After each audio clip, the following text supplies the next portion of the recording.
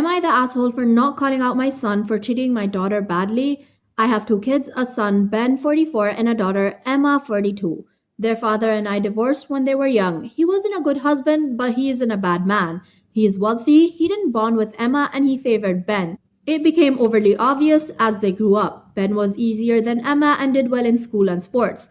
Emma, although smart, wasn't interested in school and was rebellious as a teenager. Their father spoiled Ben, and if I'm being honest, he wasn't nice to Emma. This upset her and she would cry, feeling unfairly treated. I felt bad, but I couldn't do anything about it, so I felt it was better to pretend it wasn't happening and hope it got better. It didn't. He wanted nothing to do with her, although there wasn't a reason why. Emma struggled to cope with this and I think expected me to stand up for her. But I hate confrontation and her father never listens to me anyway. I preferred not to discuss it with Emma and focus on other things, but she said I didn't allow her to be upset and didn't validate her. I didn't want to potentially cause a bigger rift and cause Ben to side with his father. Ben, on the other hand, was lavish with anything he wanted, money, cars. He was expected to be successful like his father.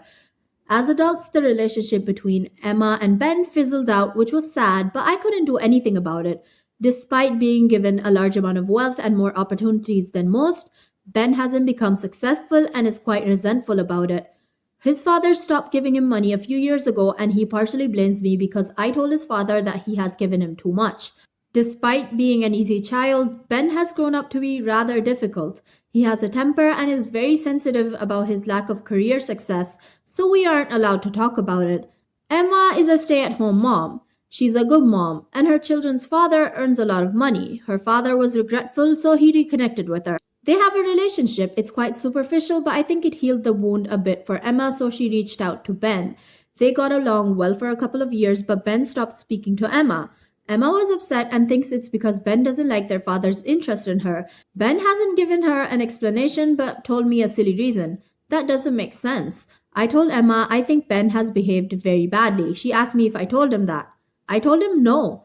And she shouted at me that I never stuck up for her or protected her, and if I can't do this one time, she doesn't want a relationship with me. That I enabled this behavior at her expense and she's sick and tired of it. The thing is, Emma has 3 kids and Ben has 1 kid. Emma will allow me to have a good relationship with her kids, but Ben has made it difficult for me to see his kid in the past when he's angry, so I'm afraid he will do that again and stop speaking to me. I don't want to be forced to be in the middle of them, so I won't do it. Am I the asshole here? Here's what the people had to say.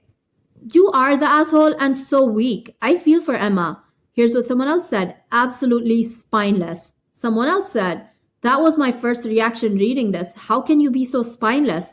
OP, you are the asshole. Those kids are your kids. You're supposed to protect them and support them, and all you did was let both of them down. Shame on you. Someone else says, because as long as Emma was the target of her father and her brother's abuse, then OP wasn't. What an absolute shitty human being because I refused to even call her a mother. Someone else said, she 100% threw her daughter to the wolves. Here's what someone else said. Don't forget the abuse on Ben. It's easy to believe the kid who gets spoiled is not being abused, but it is. OP could have put her foot down and refused to allow her dad to favor one child over the other. It's no surprise Emma came out best. She was the only one not in denial. So guys, tell me your thoughts on this story in the comments. If you are still watching, it would mean the world to me if you could actually hit the like button, as it really does help my channel. Now enjoy the rest of the video. Am I the asshole for telling my parents I would not care for my obese brother? When my little brother Teddy was born, his umbilical cord was wrapped around his neck. So according to my mom, he wasn't breathing for at least 3 minutes. Since then, my parents often use this as an excuse for Teddy's behavior. My childhood became a live in hell with Teddy. Give Teddy your candy. He died coming into this world. Let him play with your friends. He died coming into this world. Let him open your presents. Teddy almost didn't have a birthday. I had to put up with Teddy's tantrums, abuse, fits, and bad behavior. If I touched a single hair on his head, I got punished while Teddy got away with whatever he did. It became so bad that when I was 15, I moved out the house to live with my family members away from Teddy. My contact with my parents and Teddy is limited. Currently, I'm 35 and Teddy is 26. When he was 18, he decided he wanted to become a competitive eater, which just turned into eating. Teddy now weighs almost 600 pounds. Because of his weight, he can't hold a job and lives with our parents who still cater to him and pay for everything. Since Teddy requires round the clock care, my parents hardly ever leave the house.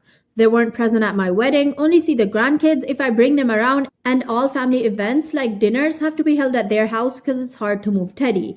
A few days ago, Teddy suffered a bad fall that put him in the hospital. My husband and I at least came to see him.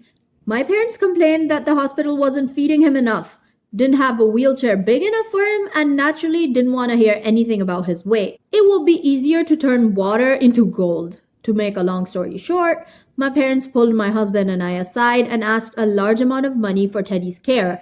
They said they didn't have money to keep caring for him and were having to dip into their retirement funds. They even suggested that once Teddy is cleared to go home, he move in with us because my husband and I are well off with a bigger house. And so we can get a break because we have to care for him all year round while you just visit.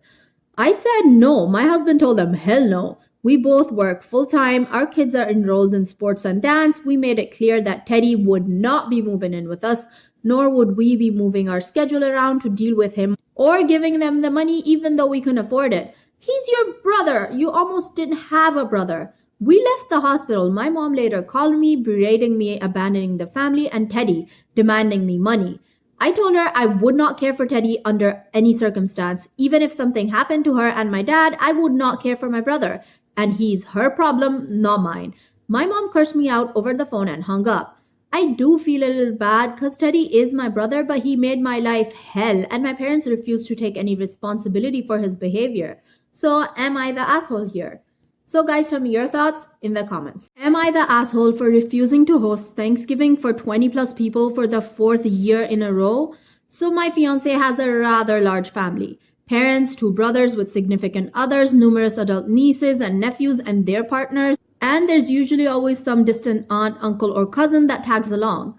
I have two family members that join holidays. This year, neither will be able to attend. Last year, one was present. So for the past 4 years, I've been single-handedly cooking from scratch and hosting for both Thanksgiving and Christmas. So essentially, I've been cooking dinner for 20 people or so while my partner babysits a brisket in the smoker. There's a lot of logistics behind cooking for a large crowd. I start prepping the night before, cook all morning and afternoon, and by the time everything is done, I'm too exhausted to enjoy the food I cooked and eat. Last year, I requested that everyone attending brings one side dish or dessert. No one bought anything. I had a feeling that's what it was going to be, as no one mentioned what they're bringing, so I prepared for it anyway. Just to also mention, I have never been thanked for hosting or cooking, literally by no one. All leftovers get picked over and taken home. Last year, I had to cook the following day because there was nothing left to eat except some baked brie that my mother-in-law turned her nose up to, and I wanted to enjoy leftovers at least. This year, I told my partner that I have no intention of cooking. If he wanted to host, he can cater. His reaction was, but that's our tradition. Can't you at least make some boxed stuffing or something? And everyone is planning on coming. My reaction was, no, that's your tradition. I will not be making boxed stuffing. And if they're planning on coming, you better put that catering order in. He has not spoken to me since. I also had to explain, which I shouldn't had to, that I hadn't been feeling well. I have finished an 8-month course of a pretty rough medication that dries out all the joints in your body. I've been achy and miserable and I feel stiff when I overwork myself. Am I the asshole for not wanting to entertain 20 plus people twice a year, every year? I have decided to possibly sit out Thanksgiving completely, buy a pre-made single-serving Thanksgiving dinner at the local grocery store that just needs to be popped into the oven for a while, and going to watch the new Lady Gaga movie. Here's what the people had to say. You're not the asshole, not at all. And honestly, I hate to be that person, but I'd be having some conversations before I marry that person. If your fiance is not considerate of your needs versus what he and his family wants, and also not pulling his weight now, will he as a partner when you're married? An important distinction is that you did not say we can't host a dinner. You said you need to be the one to do it this year if you want because I'm tired, and he balked. Here's what someone else said. Not only did he balk, he hasn't spoken to her since. He's the asshole. If he cared about her, he'd tell his family someone else can take a turn, cater, or do it himself. That's not how you treat someone you love. Here's what someone else said. The person you're meant to marry on his own, he should have asked you if you're feeling up to it, knowing that you are having a health situation. If this is his attitude towards these things, what would having a child with him be like? It's like hosting a dinner for 20 every night with young kids in the house. So guys, tell me your thoughts on this situation in the comments. Okay guys, that is all we have for today. If you did enjoy the video, make sure you leave a thumbs up as it really does help my channel a lot, and comment down below your thoughts or your favorite parts of the story.